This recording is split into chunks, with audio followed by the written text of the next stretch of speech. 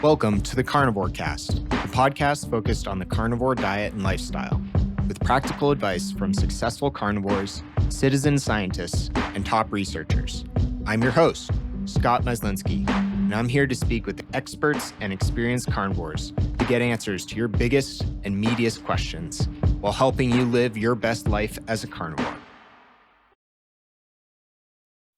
Dr. Miki Ben-Dor is a paleoanthropologist at Tel Aviv University studying the causal relationship between Paleolithic nutrition and human evolution. Causal relationship, excuse me. In our first podcast together, we covered paleoanthropology and what it teaches us about carnivore, protein versus fat, and fruit. Check that out if you missed it. Dr. Ben-Dor has written a new book, Living Paleo Lifestyle, which extends the template of dealing with the ancestors' modern life mismatch and the emotional aspect of our lives and what to do about it. Welcome to the show, Dr. Ben-Dor. Thanks for having me. Yeah, it's a pleasure.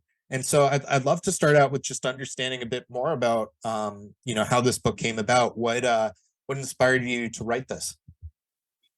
Well, actually, the book came before I was interested in the subject of nutrition. When I reached about 50, 52, work doesn't seem to be, very attractive anymore. And I felt that I reached the top of my ability. I was sitting in board meetings, and really felt like I wasn't doing much. So I decided to quit. I looked at my bank account. I did some calculations. Since I was studying economy, I could do them. And I decided that I don't need to work if I can calculate my steps correctly. And I just retired. And then I started to, sort of looking around, what should I do? And I did some, I liked at that time to write poems. So I went and studied some poetry. But I always liked hunter-gatherers. That was since I was very young, I used them as a sort of heuristics to explain to me many things. And I went to the university in Tel Aviv here, looking for places where I could study more about this hunter-gatherers. And I found the Department of Archaeology. There were two professors who taught prehistory. And I went and I studied with them just for fun. I wasn't doing anything serious. And then I decided to write a book about retirement. And why retirement? It could be a solution to people who feel unfulfilled at work. Took me about a year or two, more than a year, to research and to write the book. And I wrote the book in Hebrew. And during writing the book, while I was writing, I was starting to research the nutrition aspect of it. I know about paleo, but I didn't know how important it was. And when I discovered the catastrophe of the guidelines from the Americans, I couldn't think about anything else. So I just published the book and I left that side of it, the emotional side of it, altogether. And now well, half a year ago, I decided to translate it to English and publish it in English too. Well, it turns out that you just can't translate and send it. You have to actually go through it again. And so it took me half a year or so to sort of not really rewrite it, but edit it very, very heavily. So that's what I did. And this is the book. It's the thing is that the nutritional mismatch, okay, the mismatch, of course, between what we evolved to be and what we have today in nutrition is easy to solve. Really, you just start to eat something else. You eat more evolutionary guided food like meat. But in emotion, when it comes to emotion, it's much, much more complicated to identify the problems and to sort of do something about it. I'm not saying to solve them, you can't really solve anything, but at least to ameliorate some of the, of the areas which make you uncomfortable. So that's why I needed, a whole book to try to, think about it.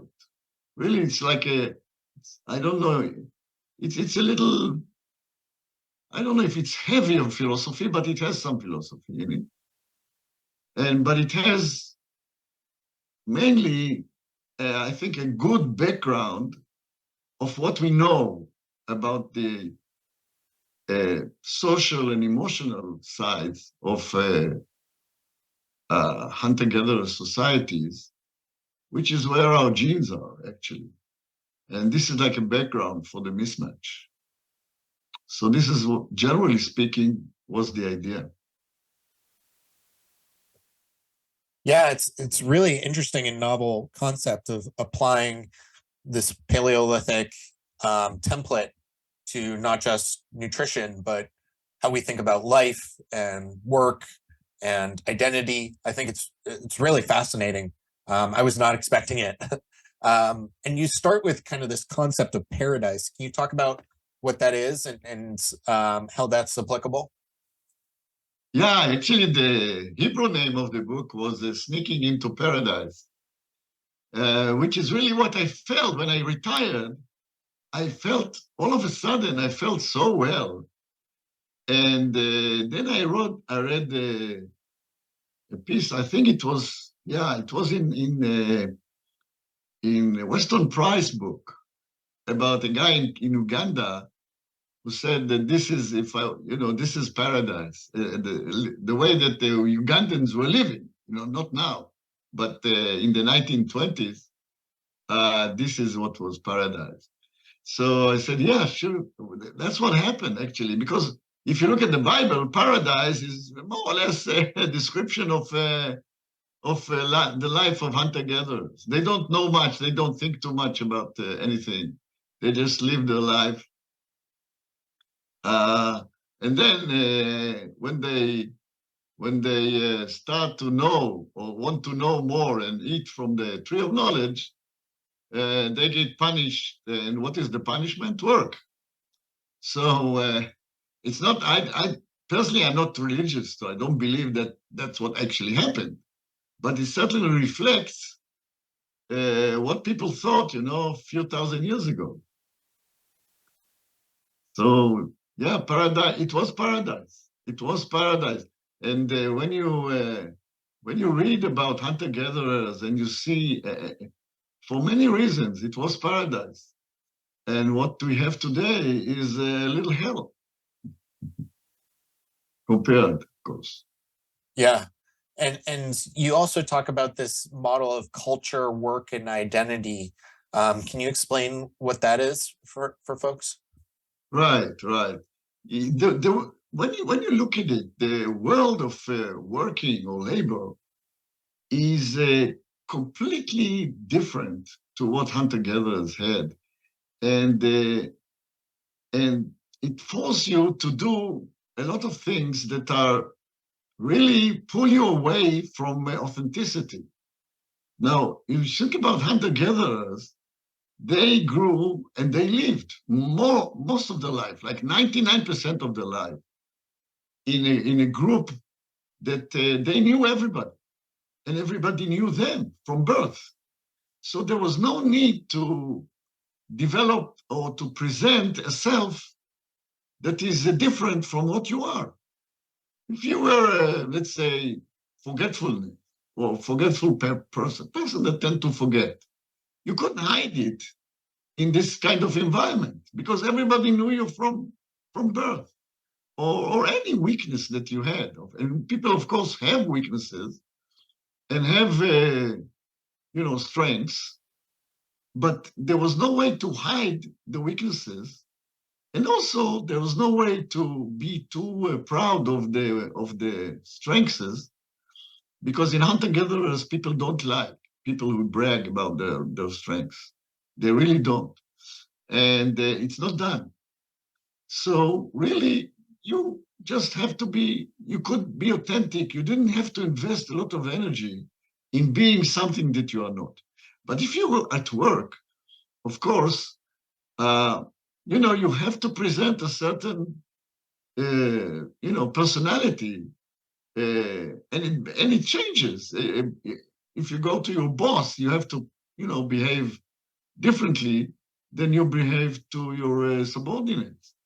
So, but it's not just work. It's all the time. We all the time have to present a different ego to different people. If you go to passport control, or if you seek some driving license, whatever, you always have to be ready to change your personality, the personality that you present. I call it the ego. According to the circumstances that you live in, the most crucial part and the most time that happens is during work. So once you stop working, all of a sudden, you don't have to maintain this kind of ego. And you can be much more authentic. And this saves a lot of energy. And really, this brings you peace. And some people are so talented that even at work, they don't have to make a lot of effort. And God, good for them. God bless them. But, most people, and this is how the capitalist world is built. The machine is pressing you to get, the maximum out of you. So if you work in a plant, of course, you want to get a maximum out of the machines. But really, the competition dictates that your bosses will want to get the maximum out of you too. So I'm not blaming anything, and I think maybe I should say right from the beginning that this is not like a new ideology or anything. It's just the book is really aimed at the little person and what he does in his small little environment, and it's not going to change the world. And I don't know, I couldn't think of any better system than capitalism to live today, and the standard of living that we have. So I'm not going against capitalism, but this is it. This is what happens in capitalism, is that people get exploited to the maximum of the people, who need to exploit them. They pay for it, of course. So I'm not saying it's unfair or anything, but so you're under a lot of pressure. And, social pressure is a very strong pressure in many, many senses. Yeah, absolutely. And you, one of the sections of the book that I liked is called "Using the Primal Human as a Model Does Not Negate the Achievements of Human Culture." Can you talk about, you talked about how you can release some of this ego by quitting working, but how can someone like continue to be by, I guess, certain measures of success successful and accelerate in their career or whatever they want to do in their work life, while also using the primal human model to improve their well-being? Okay, so I think that it's you have to be able, or it's not you have to be able, but you have to try anyway to create the conditions that are as close as possible to the conditions in hunter-gatherers societies of equality and of autonomy. I think the two major basic, and equality, autonomy, and authenticity. I think if you need three words, these are them. And I can't tell anybody in his work how can he do it, but you can, I don't know, be a freelancer, or you can, whatever you can do to increase your autonomy and try to increase the quality in your environment. One way, for instance, to increase your autonomy is to admit your weaknesses. Now, how can that be connected? But if you increase your weakness, if you sort of admit a weakness, you're no longer dependent on the expectation of others in that area, let's say. So you can be more authentic. And that saves you a lot of energy. And by the way, admitting a weakness actually helps you to connect with people, because people are also they also want to admit their weaknesses. They also don't want to behave all the time like they are Superman. And they will feel more comfortable around you. Of course, you can do it. Everything is a question of how much, or the measure, yeah? So, of course, you're not going to, getting undressed completely. But I think that sometimes, for instance, I will give you an example of my life. For some reasons, I sort of started to advance and to get a career, and I was working in a chemical company and in marketing, and then I became a manager of one of the most important branches, marketing branch. I lived in New York for 5 years, but I can tell you I was a lousy manager. I'm not a very good manager. People came in and out of my office with all kind of problems, and I felt like a psychologist who doesn't know anything about what he's talking about. So once I admitted to myself, first of all, that that's a weakness. I'm not a very good manager. Give me more than 3-4 people, and I'm lost. Then I took jobs that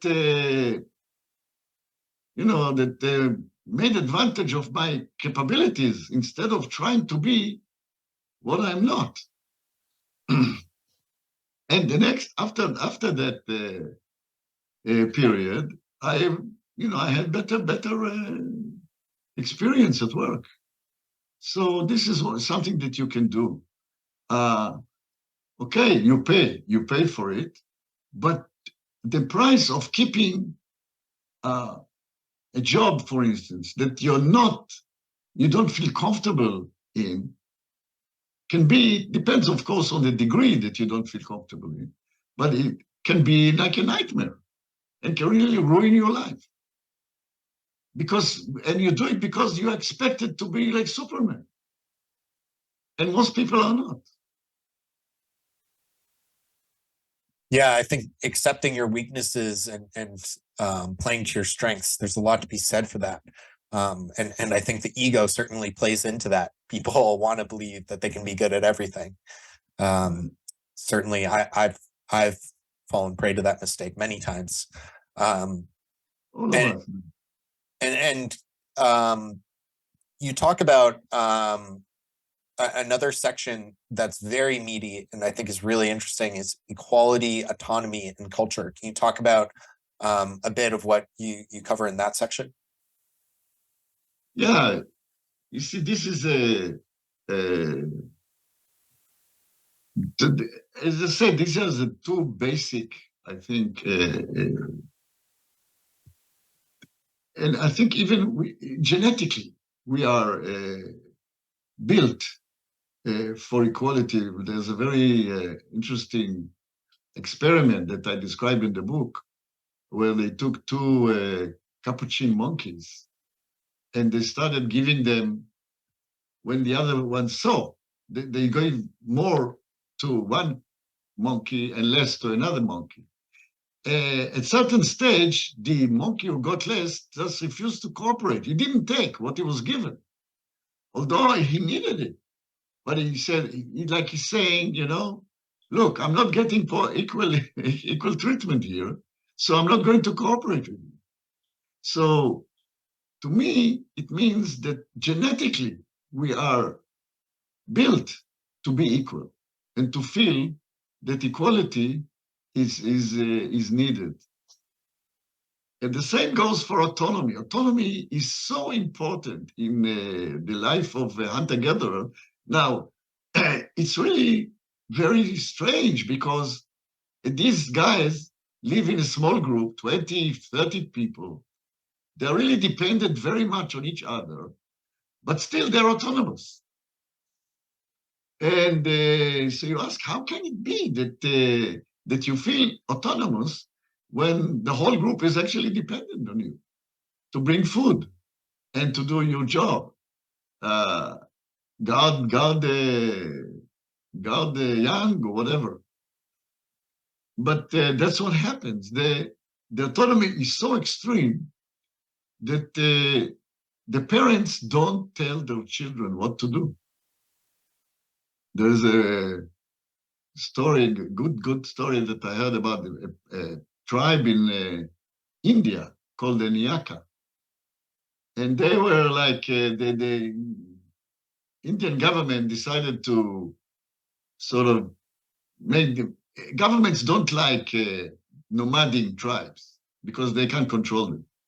So they gave them like houses and they said, you're staying here now from now on. So, okay, so they stayed in their houses. And then the government wanted the kids to go to school. But they could not get the parents to tell the kids to go to school. The parents just did not. They just didn't know how to do it.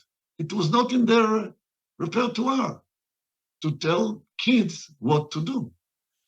So that whoever, a kid that wanted to go to school went to school, but many kids didn't go to school. And so another thing is that they appointed like a head of the group. But really, there was no head. They didn't have something like that. They didn't have a head of a group. Everybody was equal. Now, the head of the group, because they needed somebody to communicate with. So the government appointed, X as head of the group. And then they told him one day, look, we are bringing you building material to fix your houses. At this time, at this date, get the other guys to stand because they had to carry it from the road to their place. Get them to wait for us when we come. Okay. So when they came, it was only this guy there. He just could not tell the others to come with him.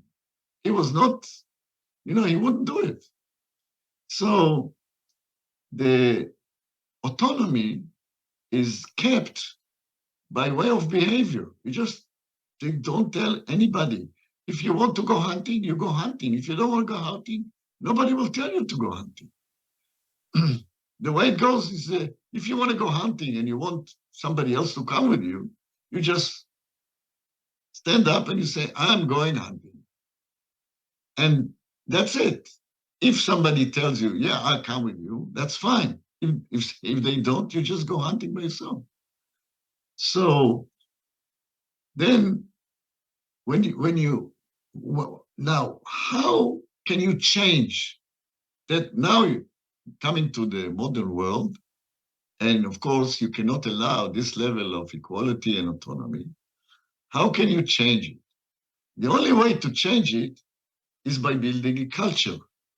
So that's why humans are so smart and so advanced, is because we don't wait for the evolution to work through the genes.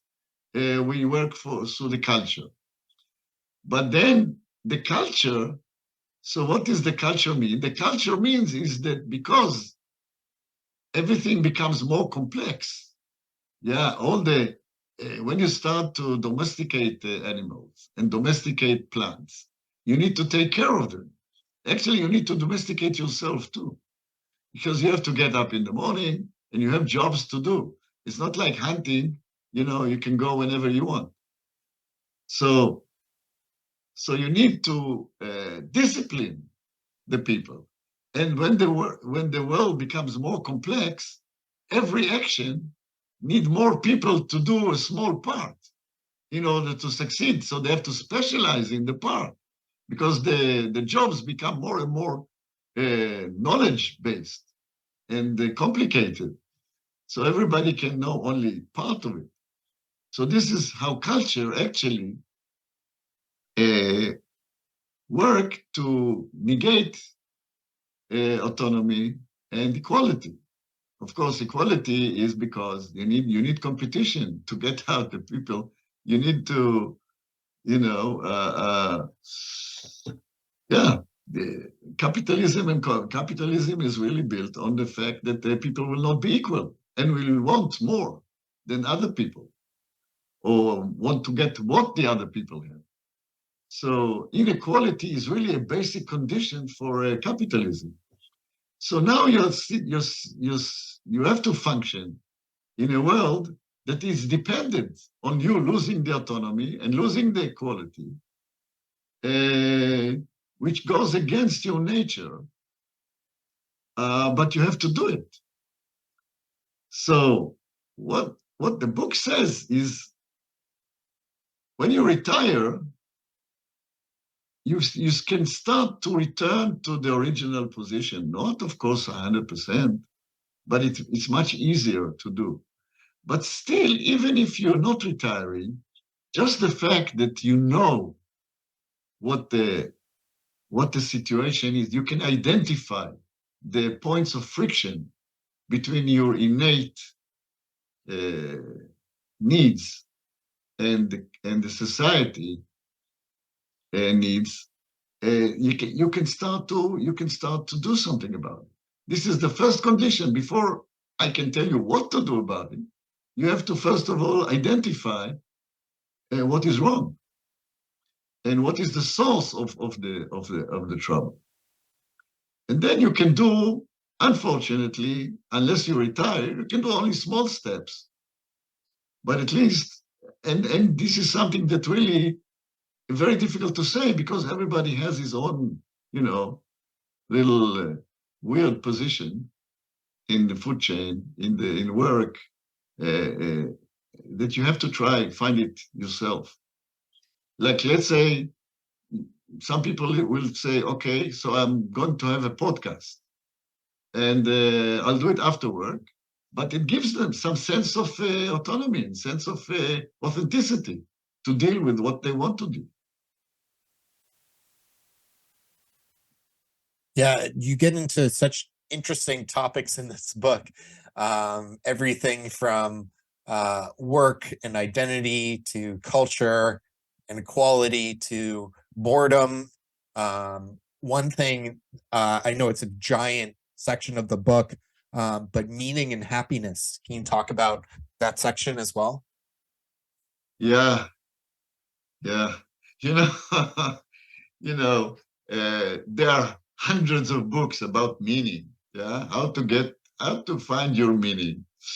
Now, it's funny because if you go to hunter-gatherers, I didn't spend a lot of time with hunter-gatherers, but I saw one of them. Ask them, what is the meaning of your life? They will look at you like you came from, the moon. What? What is meaning? They will not know what meaning means. They have no meanings and they have no sense that they need any meaning. The only meaning that they have is to get the next, the next piece of meat or whatever they're eating, and to get happy and to get, and they're happy without meaning.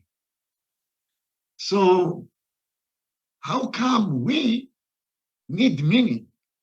What is this meaning business? And according to my analysis, we need meaning because we are thinking too much about the past and the future. And we think that we really, if we just die without printing our without leaving any trace of our existence, that we have wasted our lives. So we need a meaning that will give us meaning. And but then, of course, I mean, this is it. I mean, we are now, and we need meaning. And what I propose is to go and get meaning that is compatible with our with hunter-gatherers, with the mismatch, that will sort of start to close a little bit the mismatch. And I think that the hunter-gatherers do get meaning from one thing, and this is helping others. Humans are crazy. I'm absolutely crazy. And I'm talking about our ancestors and present-day hunter-gatherers. They are social animals to the extent that you don't find in any other animal. We just enjoy helping others and helping them for nothing. We don't get any. I mean, it's of course, in the long term, it helps our survival. And if you look at from a evolutionary point of view, it makes sense that groups that helped each other and liked helping each other survived, while groups that didn't have that sort of strategy or actually sort of impulse didn't survive. So evolutionarily, we are left with people who are crazy about helping each other.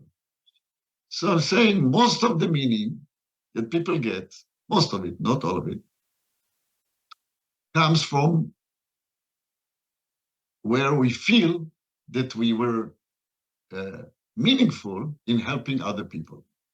So you, for instance, doing this podcast, I'm sure, because you go back after the podcast and you said, and maybe I helped somebody. Yeah, that's it. I mean, you don't get paid for the podcast, as far as I know. Even if you did, still, people want to know that they did something meaningful. It means that they actually helped. If you remove all everything, the core is helping other people. So just find a way you can help other people. Help your family, help your kids, help your friends, help your neighbors, whatever. Just help. And help and find where you're good at helping. And I think you will get a meaning. And the other thing that I'm talking about meaning, and this is my wife's contribution to it. My wife, by the way, is a psychoanalyst or actually psychotherapist. And so she contributed quite a lot to my understanding about all these things. And she says that there's no meaning without commitment. In other words, you have to commit to something. And sometimes the commitment is built from, not sometimes, not every time, it builds from start doing something. Just start to do something. If you like it, you get to commit to it. And when you commit to it, you'll get the meaning. It will come. So this is my 5 cents about meaning. Yeah, I think that makes a ton of sense. I do get paid a little bit for this podcast, but it's definitely not my job. It's mostly a labor of love. I could never make a career out of it, but yeah, I do get a lot of meaning. And I think I was listening to another podcast, I forget where it was, but someone was talking about we orient ourselves so much around what can I do to make money when we think about our vocation. Right. But really, a different orientation is how can I help people? How can I help the most people? What do I have to offer people? And when we think about it that way, I think we can find more meaning. And I also really like your point around trying something, getting good at it, and the meaning will come. And that aligns so well with a lot of the interesting writing and research around passion. So many people say, follow your passion, do what you're passionate about. But Right. in reality, we're probably not born with passion. Yeah. Exactly. And it's much more likely that when you try something, at first you might not even like it, you might be bad at it, but as you master something, through mastery comes passion. I think that's really powerful. Right. No, that very much, came from the way when I retired, I really didn't know what I was going to do. I didn't have any meaning. I wasn't even interested in going to the university. I just said, well, what can I do? So I started writing poems, and then I discovered I don't really have the drive for it. I mean, I feel too good. Nothing. I mean, I feel okay. So, so then I got and I found the way, the area that interests me, and I found the meaning just by following very small steps. In very small step, I was not born with this meaning. I didn't leave work with that. Being, a PhD in paleoanthropology and publishing a lot about nutrition. So, yeah, it just do something. Just put yourself in the situation where you can do it, and it will come. Meaning will come. Meaning actually is an emergent phenomenon. Yeah. Yeah, it's very well said. Well, Dr. Ben-Dor, this has been fantastic. I think you've given folks a lot to think about. It's an excellent book, really thought-provoking. Encourage everyone to check it out and pick it up. I'll have links in the show notes. Again, the book is called Living Paleo Lifestyle. So check that out on Amazon. Where else can folks find out about you, or what else should we share with the audience? Actually, what I did, I put in my blog, which is paleostyle.com, the summary. So the book has a summary. The summary of the book appears at the beginning of the book, and there's a summary, as you noticed, the summary of each chapter and appearing at the beginning of the chapter, not at the end, because I didn't want people to waste time reading something that maybe they don't want to. So they read I hope they read the summary of the chapter, and if they want to go deeper into the subject, they will read the chapter. So the summary of the book I put in my blog, with links, of course, to Amazon, and also with links to the audiobook version. Because if you go to Amazon, you can only actually get the audiobook if you want to try the Amazon subscription, Audible subscription. And I was a little pissed off with that. They really don't sell the book as it is. By the way, they don't allow you even to fix the price. Yeah. Wow. So I found a place where I put it, and people can just go to the place and download it. So these links are in my blog as well. Great. Yeah, I'll link to that as well. That's definitely important. Okay, great. Well, thank you, Dr. Ben-Dor. It's been fantastic, and really appreciate you coming on. Okay, thanks a lot for having me. Thank you for listening to this episode of the Carnivore Cast. If you enjoyed this episode, please review on iTunes. It really helps us out, and share it with a friend. What questions would you like answered, or who would you like to hear from in the carnivore or research community? You can find me on Twitter, Instagram, and Facebook at CarnivoreCast, or go to carnivorecast.com. You can also email me at info@carnivorecast.com. I'd love to hear from you. Until next time, keep it carnivore.